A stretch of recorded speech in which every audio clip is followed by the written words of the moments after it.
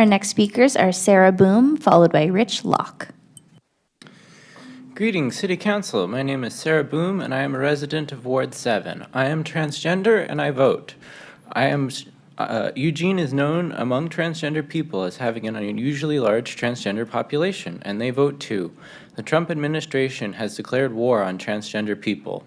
He has issued executive orders which demand we be banned from the military, that transgender people under 19 not receive life-saving, gender-affirming medical care, and most critically, defining a woman as an person with eggs at time of conception. It should be noted no one has eggs or sperm at the time of conception, but the words "at conception" reflect their sexist views on abortion. Republicans see women as only being useful for giving birth, and my inability to do that means they do not see me as a woman.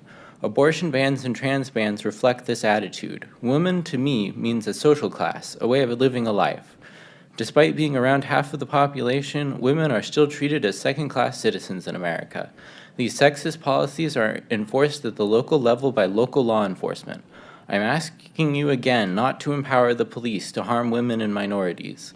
End homeless sweeps that disproportionately target LGBT people. Fund the library so LGBT kids have a safe place to go. Work with LGBT organizations like Transponder and HIV Alliance to help keep trans people safe. Participate in Trans Day of Remembrance to help us mourn our dead, and Trans Day of Visibility to fight for the living. Stand up for trans rights. Thank you. Thank you, Sarah. Our next and final speaker is Sarah Boom. Hello, City Council. My name is Sarah Boom, and I am a resident of Ward 7. The police do so much to keep people safe in our community. They prevent violence and theft with their mere presence. Cops work long hours, putting strain on their families to make sure Eugene is a good place to live. Well, I think it's time we stop working our men and women in blue to the bone. As budget deficits spiral upward, you may ask, can we do more with less? I'm proposing that we do less with less. Cops have a power called discretion that allows them to decide whether a particular crime deserves a particular response. This is where the rubber of the law meets the road of enforcement. I am asking you to empower cops to use their discretion to focus on the worst crimes in our community instead of the most crimes. I was beaten, robbed, and sexually assaulted in 2018, but EPD didn't have the resources to respond to my case. However, they have had the resources to throw my friends who used drugs in jail many times since then. I don't know about you, but I would much rather see someone smoking or shooting up in public than someone experiencing actual violence at the hands of another. There are many other situations like this. Armed robberies go unpunished while panhandlers asking nicely get harassed. Sexual violence runs rampant while consenting adult sex workers take up limited jail cells. To summarize, we don't have the resources to punish drug users, sex workers, and panhandlers when thieves, rapists, and murderers are still among us. I know you barely have control over the police despite your control over their budget, but I might ask you nicely to ask them nicely to stop wasting resources that can be used elsewhere. You might just save a Eugenian's life. Thank you. Thank you, Sarah. Thank you, Misty. Our next speakers are Sarah Boom, followed by Curtis Blankenship. Greetings, City Council. My name is Sarah Boom, and I live in Ward 7. Back at the start of this year, Mayor Knudsen proclaimed January 27th to be Holocaust Remembrance Day in Eugene. I spoke to you shortly after that declaration. You looked at me like I was being dramatic when I said that you would be faced with a choice to collaborate or resist, much in the way German local governments chose to collaborate with the Nazi regime. Last week was Yom HaShoah, the Jewish Day of Commemoration of the Holocaust. Between your declaration and now, we've seen a rapid ramping up of state violence at the federal level. The Trump regime has begun implementing fascist policies under the guise of cracking down on illegal immigration. Immigrants and citizens alike have been arrested and hauled across state and national lines without trial. U of O students have had their visas challenged or even revoked by the Department of Homeland Security. Even judges have been arrested. Citizens and local governments shortly after the Holocaust claims they didn't know what was happening in the concentration camps adjacent to their homes. I won't let you cover your ears and pretend like they did.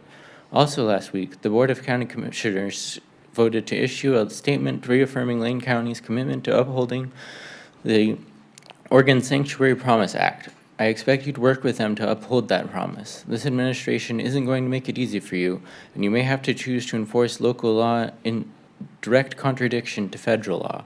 Protect immigrants, especially the ones here illegally. I wish you the courage to stand up for the most vulnerable in the city, county, state, country, and world. And since I still have a little time, I'm going to read from Section 3B of one of the executive orders given today. With respect to jurisdictions that remain sanctuary jurisdictions after state or local officials are provided notice of such status under Section 2B of this order and yet remain in defiance of federal law, the Attorney General and the Secretary of Homeland Security shall pursue all necessary legal remedies and enforcement measures to end these violations and bring such jurisdictions into compliance with the laws of the United States.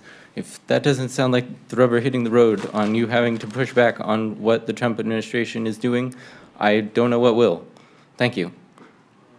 Thank you, Sarah. Our next speakers are Sarah Boom, followed by Reverend Rebecca Wetmore Cook.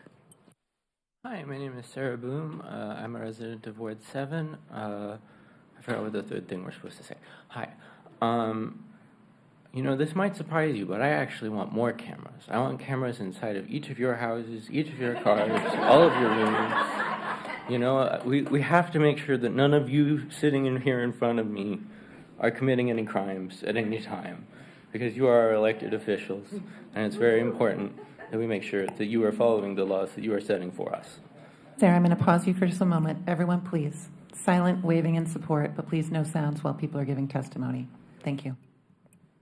You know, when people talk about, like, America's enemies, you know, China, Russia, North Korea, one of the first things that they talk about is the surveillance, right? Like, you know, if I told you that, you know, in North Korea they spy on their citizens all the time, I'm sure you'd believe me. And, you know, that might be true, but, you know, just because they do it doesn't make it okay for us. And so I think until you're ready to prove that you have nothing to hide, you should stop spying on us. Thank you. Thank you, Sarah. Our next speakers are Sarah Boom, followed by Jeffrey Gordon. Hi, my name is Sarah Boom, and I live in Ward 7. As you're probably aware, the federal government is currently shut down. SNAP recipients in many other states still haven't gotten paid, and the Oregon state government is out the benefits money they paid until the regime sees fit to make them whole again.